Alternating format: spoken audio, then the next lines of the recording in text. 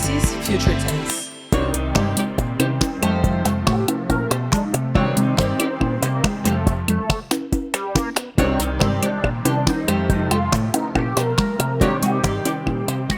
Future Tense.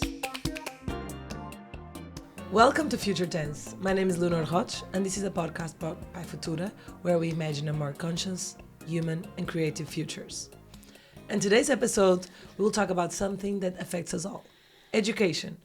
And to help us navigate that, our guests are Greg Sanderson, the co-founder and CEO of Smart School Councils, an organization helping schools transform their culture through digital tools and student-led democracy in the UK, and João Figueirinhas Costa, co-executive director of TUMO Lisboa, a free after-school and tech and creativity program that's reinventing how young people learn design, coding, animation, and much more.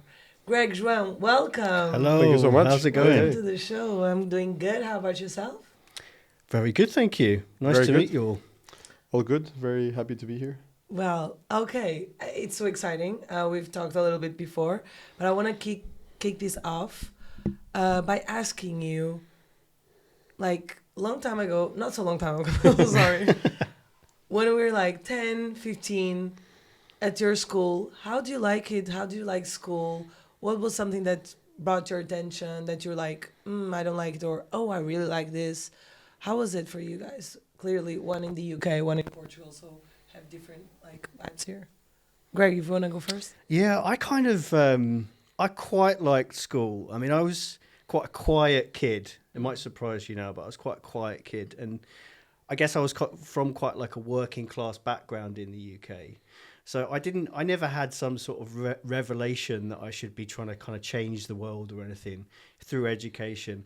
I just had this sort of sense of unease. I think I felt a bit uneasy about like how much we were being able and encouraged to kind of speak up at school.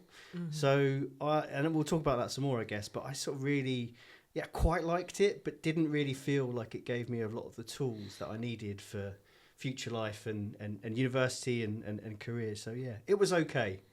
Mm-hmm. How about you, João? So I really loved my school experience. I was very fortunate to go to a great school.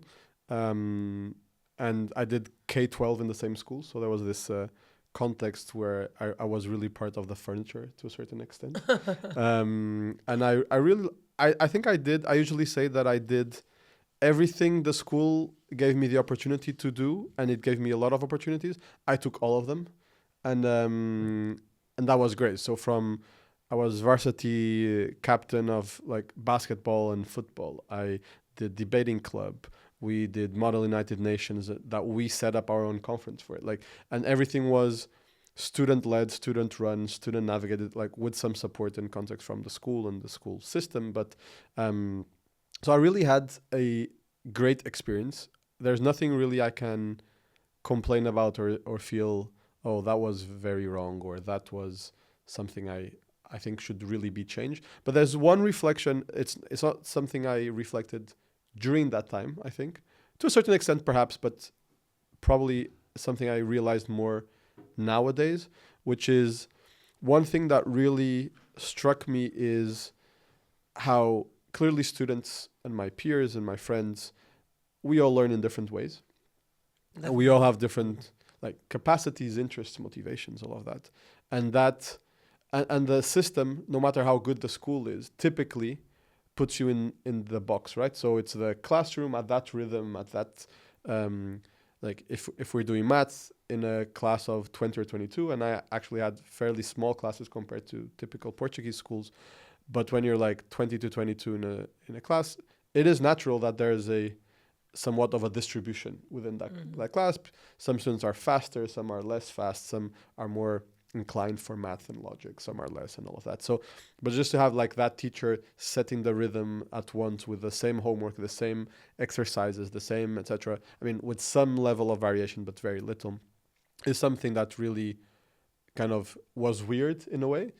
At some point when we went to like A levels and GCSEs, we had this like different levels where students were split. So for most of our subjects, we had 3 classes. where it was like the super advanced students that actually had less hours of that subject just because they were very, very fast, efficient, and good in the subject. We had like the standard students, which was the larger class where like maybe the 70 to 80% of the students would be. And then we had the students who needed more support. So the groups were smaller and they had more time. So we all kind of got to the same level, but we had different inputs. And I thought that was very smart.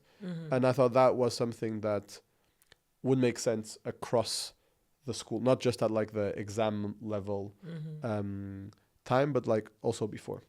So that's just like more of a detailed reflection on that. But just a little note: you went to an international school, right? Yes, I did. I did not go to a public school. Yeah, because I was like, I went to a public school, and I'm like, I didn't have anything of that. Like, I really wanted to like be part of like musical theater club, and everything that we watch in the movies, and we don't really have to that, at least at the time. I don't know if there's something like, I think it's still debate club. same. Yeah.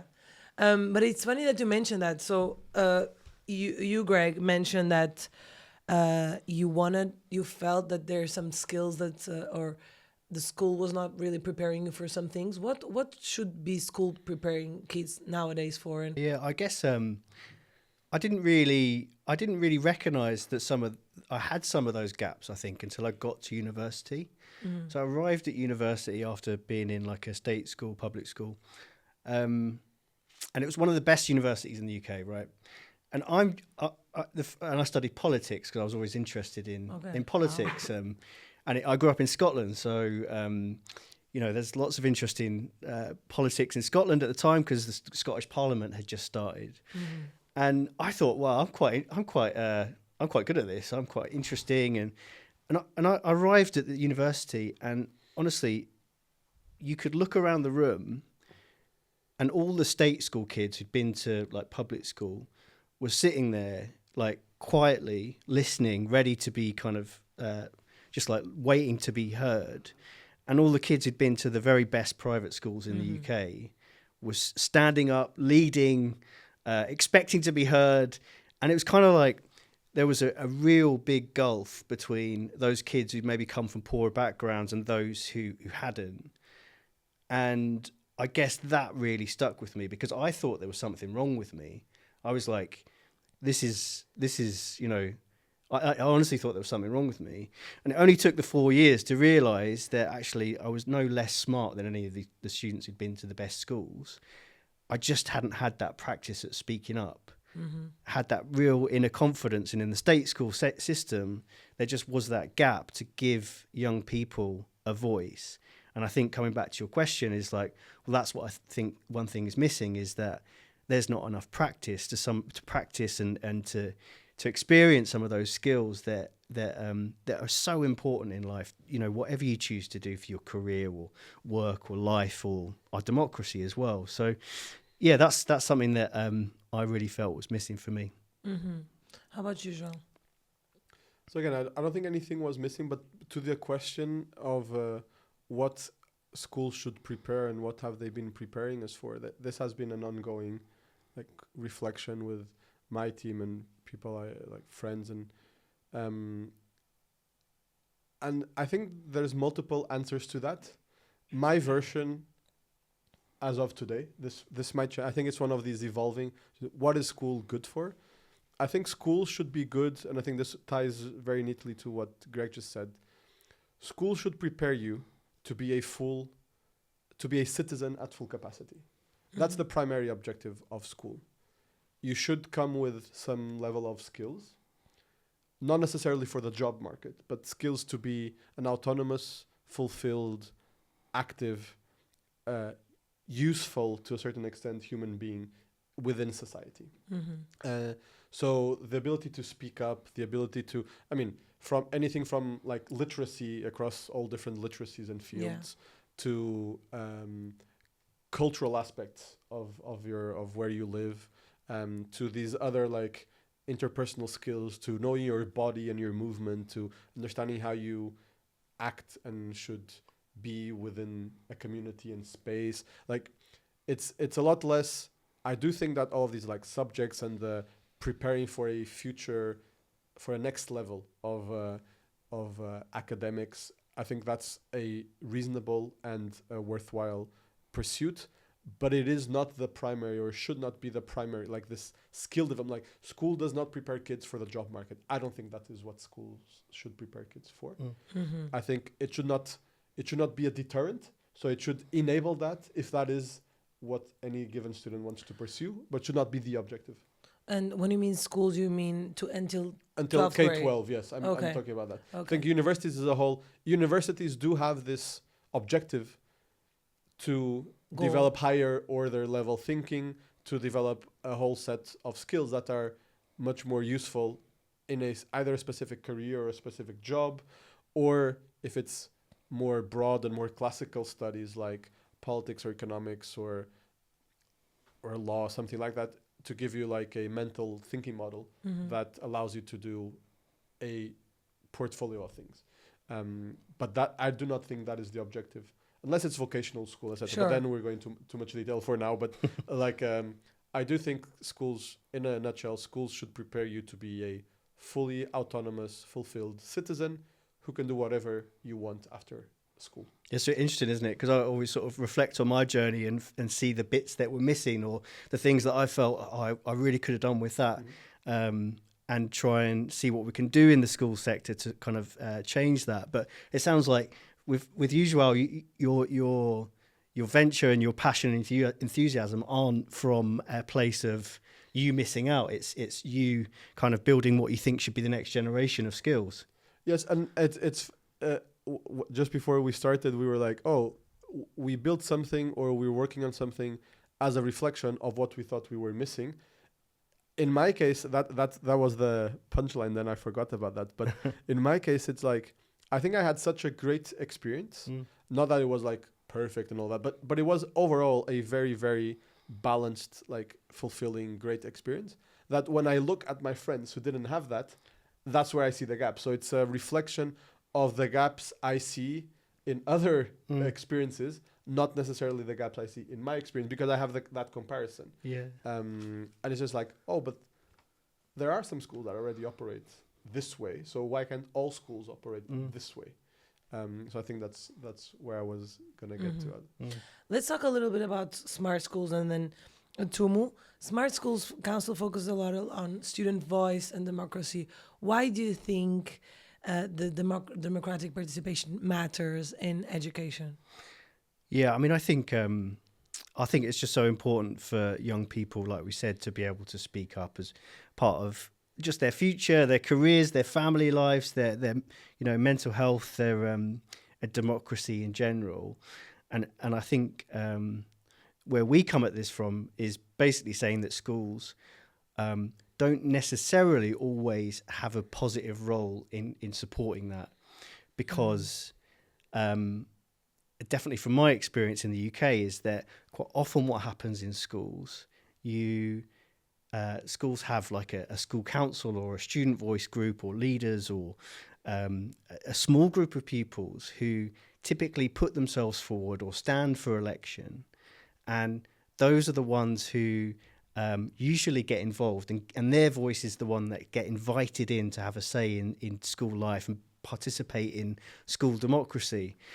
And that sounds great, but the problem is that quite often those voices are the ones that are drawn from the most advantaged, most confident, and best grades, basically. So democracy is this thing that you can experience at school if you're from a richer family, you get good grades, and you kind of agree with the teachers. And so what I think is so important is that shouldn't be the experience of democracy that you get, because everybody's involved in our democracy. And in a school context, everybody's voice is important, right? You have a kid, you send them to school, you want them to be able to speak up, not just the ones who, regardless of how good they are in terms of their grades.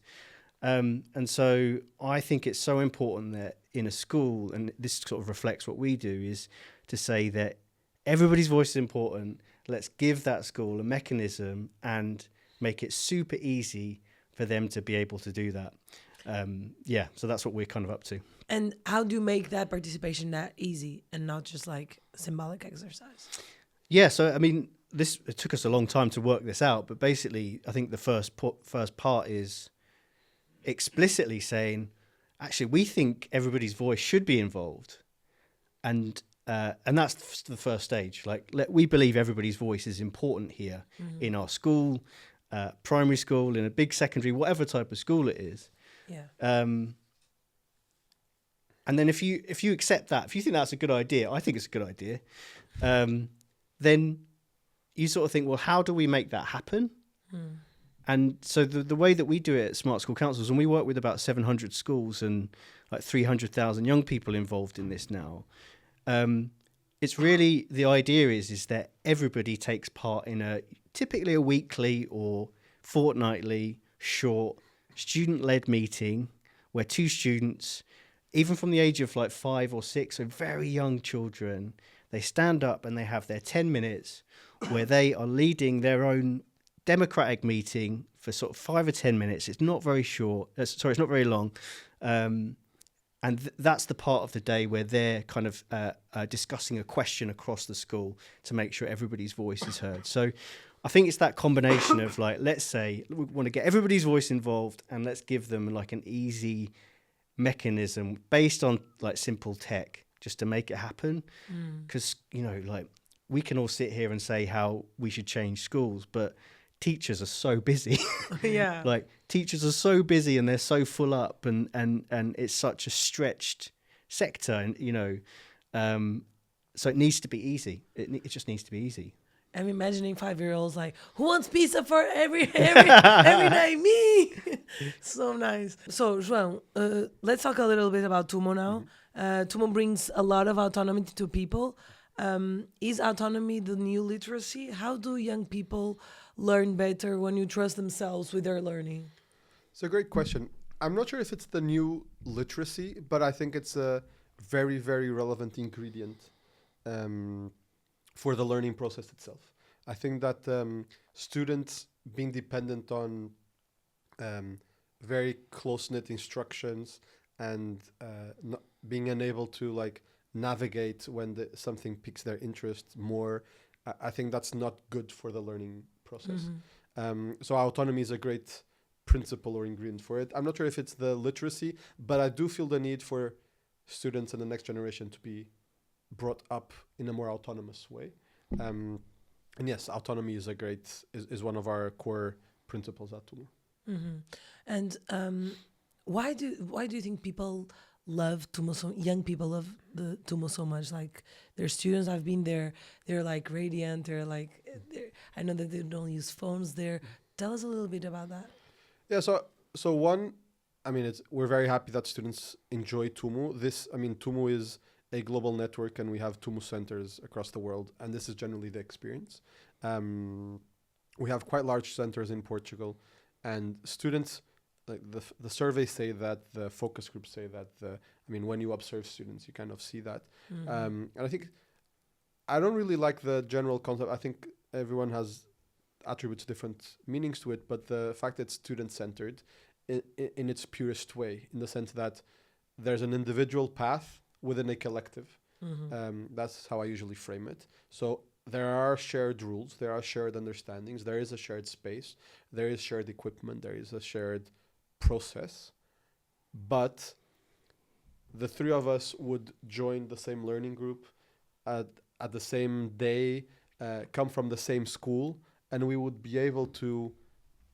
probably get to the end of the year and have 3 different paths, just because you'd be faster than me at filmmaking, you'd be slower than me at filmmaking, and you'd be faster at something else, and I would skip because I need to focus on my exams. I would skip 4 weeks. You wouldn't. So this just simply allows for the individual path, but within this like shared value system and shared community. And I think that just makes a lot of sense for students. They feel that they're not being pushed to go in a different way than they feel like, and they have time to learn. And I think that's why they like TUMO so much. And they can choose the subjects, or how does it work? Like, yep. I choose, So we have 8 skill areas that we're offering. Next year, we're actually expanding that to 10. Students will, the first time they join TUMO, they will have this onboarding process where they learn the rules, they learn TUMO, they learn the process, all of that, and they get to experiment short exercises and videos and going to workshops of all different skill areas so that they get a grasp of what they're going to learn and what it really is. So our skill areas are these creativity and tech areas that most students have very little to no access within their family or school context. And therefore, it's not obvious what these skill areas mean. So we have this process, and then they typically choose 4 skill areas where they will focus for the first year. But this is also flexible. So if suddenly they decide, oh, there's this, like, because I did photography, I realized I also want to do filmmaking. But I didn't choose that to start with, you can still swap that during the year. So it's not set in stone. So it's a lot about experimentation and a lot about choice and autonomy, like we were talking before. That sounds amazing, doesn't it? It really sounds amazing. I wish I had this when I was growing up. Because it's after school, so people come here after school. But I want to ask you both, what was the most surprising, like, student-led decision-making, rule or policy that your students have created? And what's the most exciting project that the 12, 13-year-old have, came up with? Greg, if you want to go first. Yeah, I mean, I think there's a huge amount of cultural and rules that have been changed by students in schools, and I guess the ones that really impress me the most are when it just really seems like the students are really kind of partners in the education that's being provided. It's not like you're the consumers and you come and we give you an education and then we say bye. So the things around school day, school lunches, which are really important to kids, right? What you get for lunch is really important. I like having lunch, and I liked having lunch when I was 10 too, and why couldn't we have a say in that? So things around the school day, school rules, relationships. I also sort of think that some of the very small changes are very important to young children, right? So if you're kind of 8 or 9 and your school day is mainly your classroom, rules in the playground might be very important to you. So, lots of things around girls football, having more space, or certain days where you can play, where girls can play football free from the boys for a day, So I don't always think that the big changes are the most exciting, or just the fact that young people are involved and everybody's voice can have a say on what should be happening are the ones that are important for me. I mean, in our case, I think it goes to both sides of the spectrum. So there's these projects that students have as output from their workshops, where it's a student that really, really had a hard time to get into that skill area or to get into the vibe, the mood, and then they accomplish and they are able to provide a final workshop, a final project that is good, dignified, and that they are proud of it, although it is not in absolute term an amazing output, but the fact that the student has they have impressed themselves and they have kind of it's what education should be about, right? It's the starting point, this is the case where the difference between the starting point and the end point of that project is the largest, and I think that's very impressive, even if in absolute terms there's there's other works and assignments that are much better. And then there's the other side of the spectrum, which is when a 15-year-old simply delivers something that is world-class, professional level, which is not obvious that they would do, and that in absolute terms it is an amazing piece of work for the input, the time, the experience, and the level they have. So I think it goes into both spectrums, and there was one recently we had in design, graphic design workshop. We had this one of our workshop leaders. They're all professional, industry professionals, and she was like, this student, if she applies with this work she did to my agency as a graphic design internship, I would offer her the job. And that was Whoa. And she's a 15-year-old. She's who had what's never an done internship? design in her, she had never used Adobe Suite in her life before.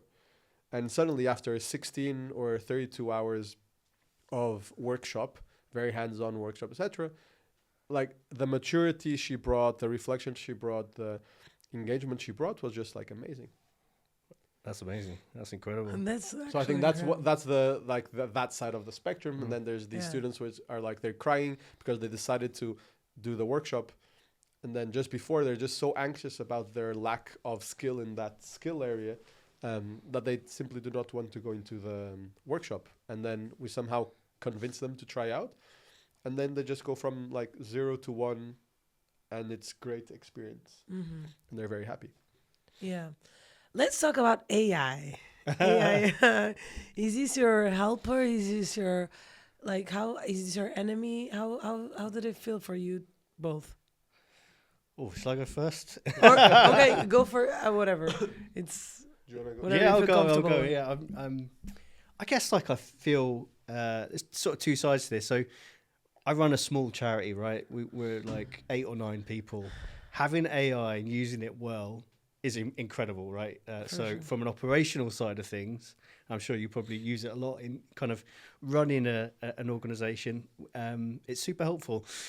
In terms of education, though, I think what comes to mind is just thinking of like your favorite teachers when you were a kid, right? So I had a teacher called Mrs. Rainey when I was at primary school, and I just had so much respect for her. She wasn't like a particularly like friendly teacher, but she was like quite strict but kind and fair. And I'm just imagining all the excitement that exists around AI that I think is justified, and I share some of that. But I'll never imagine a robot or anything approaching that having the kind of care and the kind of curation and the skill that's required in a brilliant teacher like that teacher that I mentioned from, I don't know, maybe I'm wrong, but it feels like a long way off.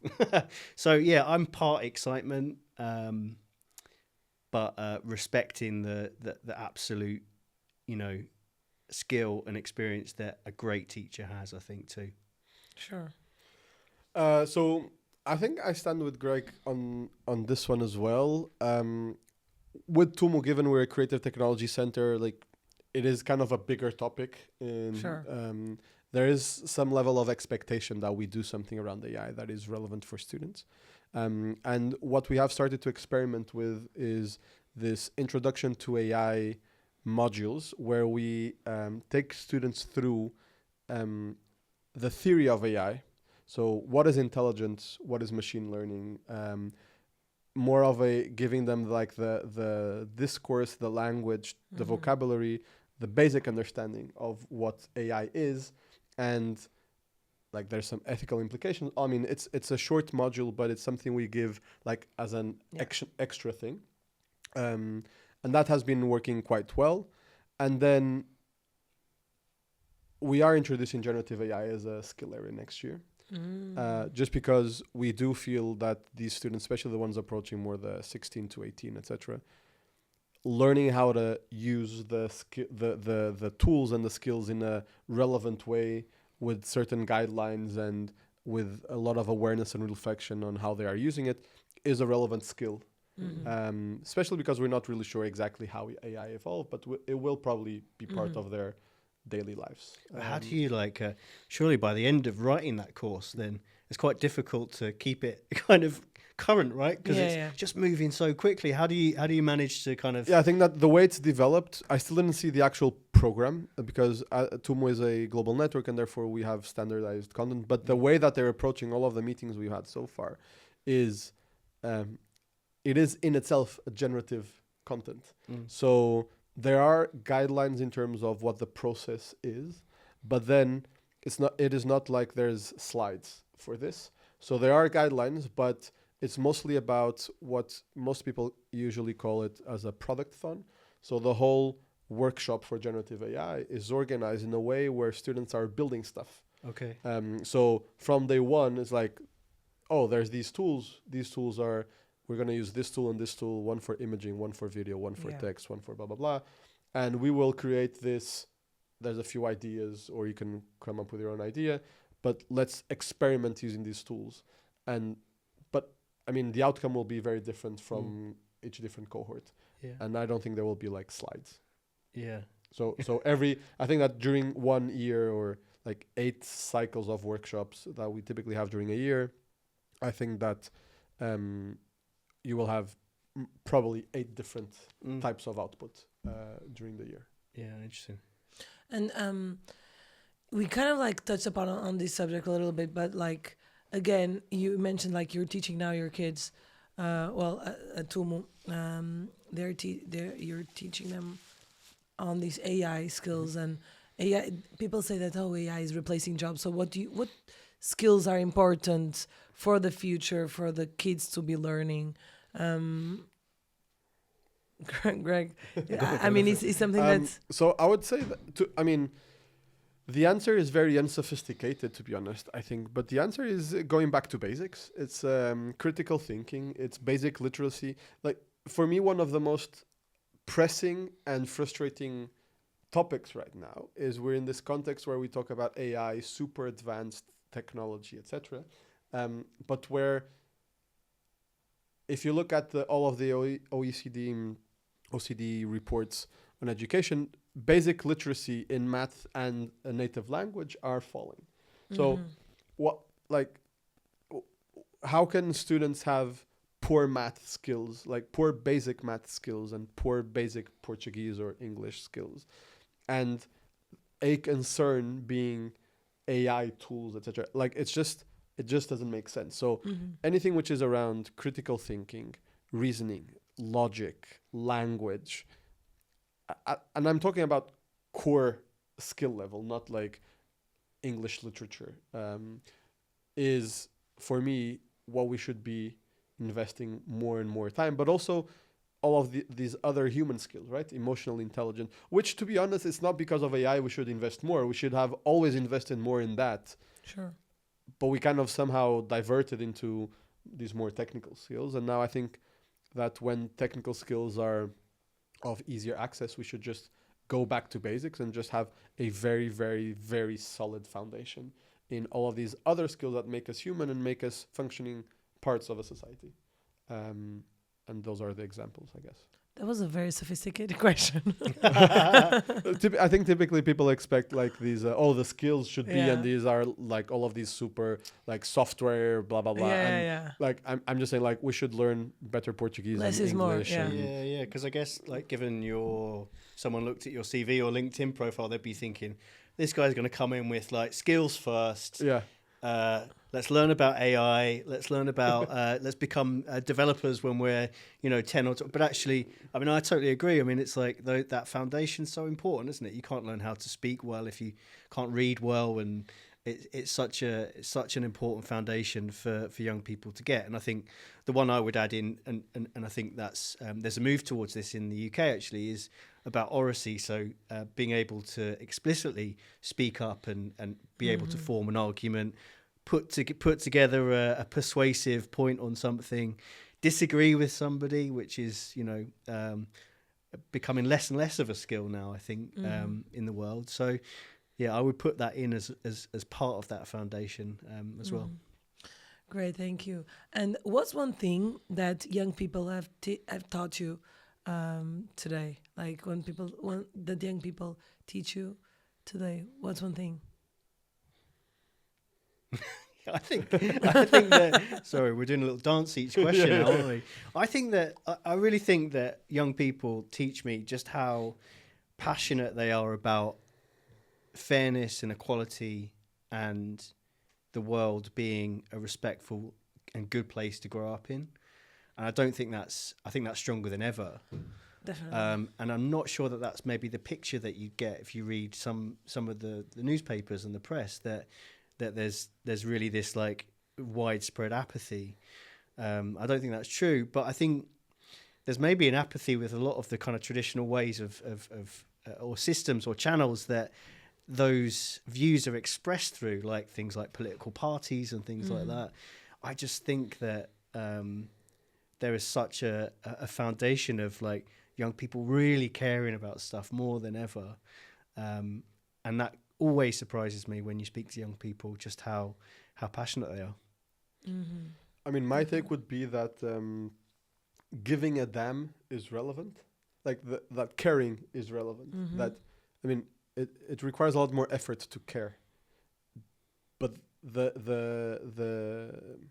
result of caring is so much more powerful that it justifies the additional effort. And therefore, I think sometimes in the day-to-day hustling of running an operation, of putting together this what we try to be an amazing educational experience, etc., it is easy to forget to care at the most basic level. And every time we do that, it just makes a lot of sense. So I think I have been reminded of that very regularly since I started to run TUMO. Mm-hmm. Now, I want to do a little game with you guys, folks. Here it Okay. goes. Yeah. So I will read something to you, and you will say like, I will guide you through it. Okay. So, homework: keep it, kill it, or reinvent it. Very good. Very good question. Okay, I think kill it at primary, keep it at secondary school. I think can I do it combo? Is that Yeah, you cheating? can do a combo. Okay. Okay. I would say kill it as a principle, Mm-hmm. but you can somehow change it slightly. So where I want to get to is I would kill it as a principle if I had to answer one. Mm-hmm. But I do think that it is, again, because people act differently and want different things, it is reasonable to say, if you want to further explore, here's what I recommend you further explore. But it's like more of an optional thing and not as you will not be able to comply with what is expected of you if you do not have this homework, which is typically how nowadays it works, right? It's part of the learning experience. I don't think it should be part of the learning experience. And sometimes it's just the reverse psychology is like, oh, I don't need to do it, then I don't want to do it. If you really like, you need to do it, people don't do it, right? Like it happens quite some time. Okay, now grades, outdated or useful? Oh, Bam, bam, bam. I think useful. Honestly, you kind of need a standardized way to measure attainment. I think, again, I'm sort of I'm becoming the traditional education guy now, but I do think that you need to have them across schools to be able to compare them, for parents to know how good a school is. I would keep them. So the policy analyst in me would say keep them because of what Greg just explained. Like you need to compare, you need to assess, and you can only do that by a standardized comparison metric. The educationalist in me would say get rid of them. And at TUMO we have this mastery learning approach where students only progress when they have mastered something before. So there is assessment, but not in a grading perspective. So it's binary, right? So students are either approved or not approved, and only when they are approved can they move forward into whatever they have to do next. I really like that, and I think it creates this context where I usually give this very basic example, right? If I'm a C student or a D student at maths from grade 5 to grade 12, what the heck do I know about maths when I graduate? And if I am always 100% approved until before I move to the next level, the foundation is always there. So even if I get less far, whatever it says I got to, it actually means I got there. So I really like this mastery learning approach, which is kind of inconsistent with the traditional grading. But I do like the grading as a comparison, but more of a policy and a system analysis perspective. So kind of hybrid. Sorry, we're not very good. I think he picks both of them each question. So I mean, okay, now group work, dream or a nightmare? Dream. Dream. Yeah. All like, let's go together. We just work for like the last 10 minutes and then we just chat and watch movies for the entire time. But let me say something, and I'm not gonna pick the other. I do think that group work is a dream, and it should be part of learning overall. But it has to be effective group work, which is not obvious. Like we have always been there. We have all three of us been there at uni or school, where group work means you do pages 1 to 10, I do 10 to 20, you do 20 to 30, and then there's someone who just like copy pastes everything into the final document. That is not group work. That is not collaboration. That is just splitting the work, which is a very different thing. So I think that it's definitely a dream, but it has to be done properly. Were you like, because I think like I've been in both situations where I had to choose my group and then, or someone would choose the group for me. Which one do you think is more useful now that we're stepped into this? I think both. Like, I think that going through the experience of both, of working with people you choose, but also working with people that are picked for you, I think both are very relevant as a developing character and experience.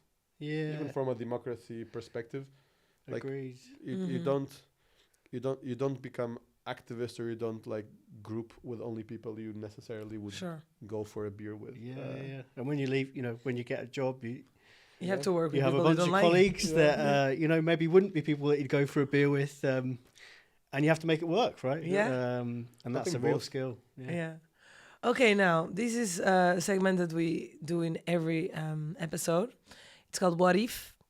And so if you receive a letter from your 80-year-old self, what does it say? Ooh. Oh, okay. No, I'm Suspicious silence now.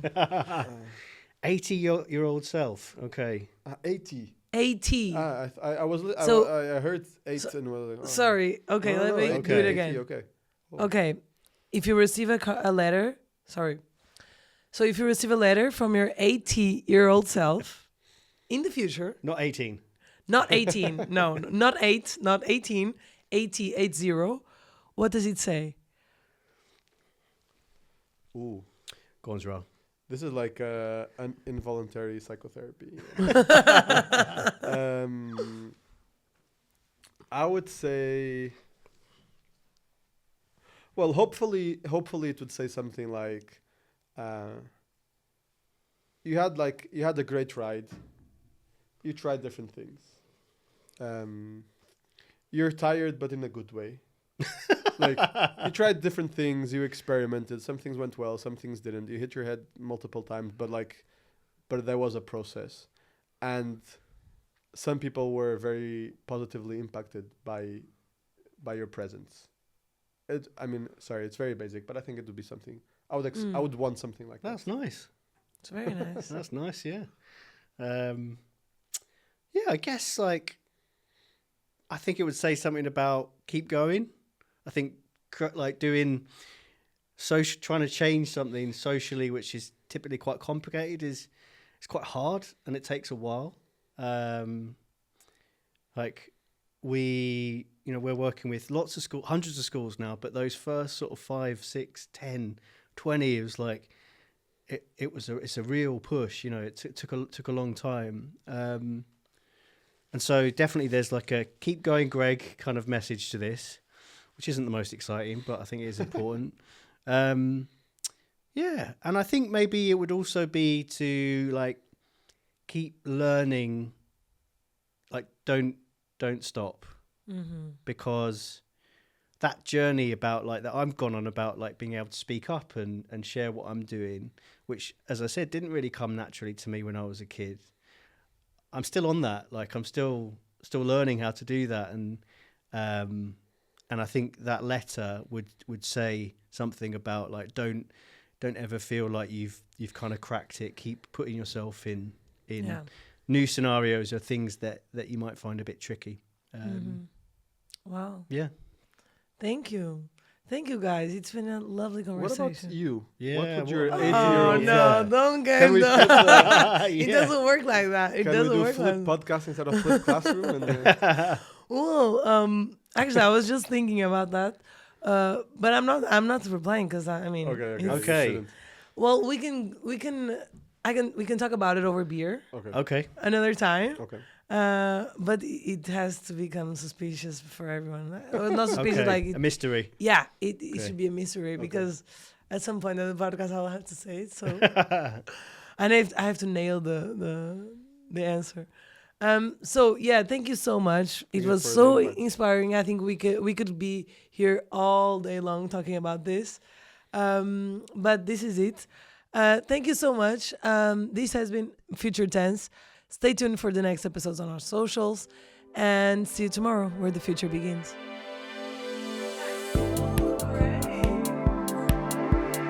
This is Future Tense.